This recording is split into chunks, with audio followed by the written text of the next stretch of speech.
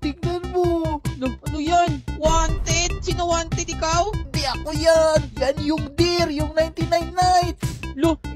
Nakapunta na pala siya dito. Kaya nga andito na pala sa Minecraft. Dapat wag na tayo lumabas ng bahay. Baka makuha pa tayo niyan.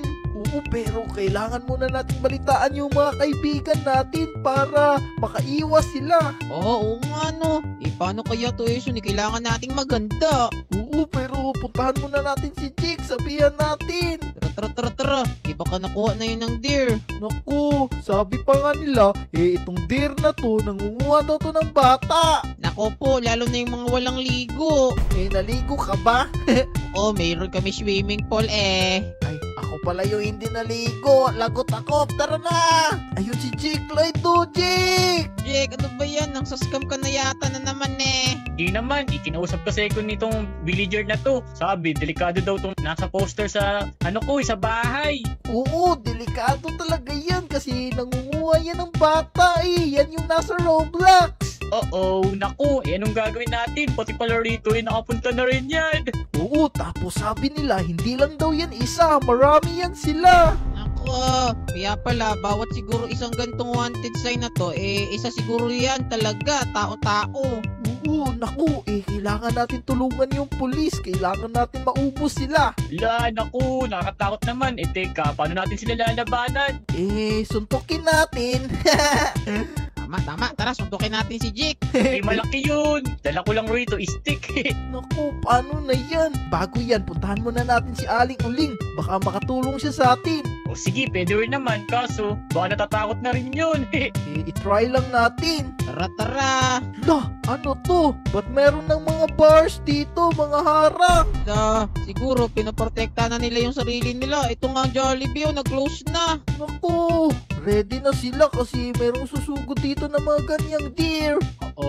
Kayo ba ready na rin kasi lahat ng tao yata rito wala na, tayong tatlo na lang. Kaya nga no, pero Aling Uling! Nako, ba't kayo lumalabas? Gusto po kasi namin makatulong para mapatay na yung mga deer na yan. Nako, wala kayong pag-asa sa mga ganyan kasi sobrang lalakas nila. Naku, Jake, Clyde, ang lakas daw ng mga deer na yan. Diba? Malakas pala Tumakas na tayo. Naku, paano na to? Baka sasakupin na tong lugar natin. Naku, pero may alam ako may mga baril dun. Baril? Saan naman? Dito tara, sumunod kayo sa akin dito bili. Naku, baka illegal yan, chikwa. Illegal yan si Jake. Mukha pa lang illegal na Ako po, sa police station.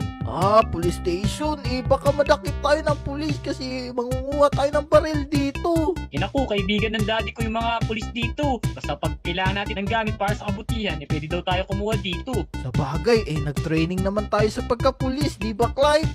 Tama. Sige na. Wala namang tao dito kuha na tayo. Ang alam ko, dito yun nilalagay.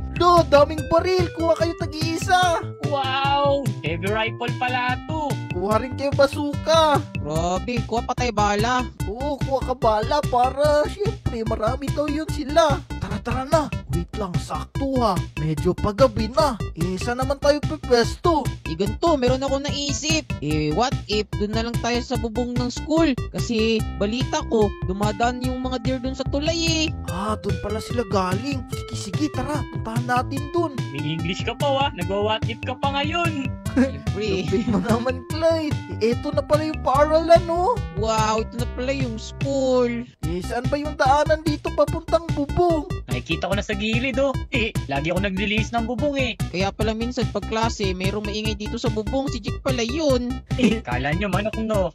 Tara, dapa na kayo. Antayin natin dito. Yan, dali. A few moments later. Naku, Clyde, gabi na Baka andito na yun. Wow, galing mo naman Naulaan mo, ayun na nga siya Nakakatakot naman yan. Yan na ba yung deer? Nakatingin sa atin, lagot tayo ngayon.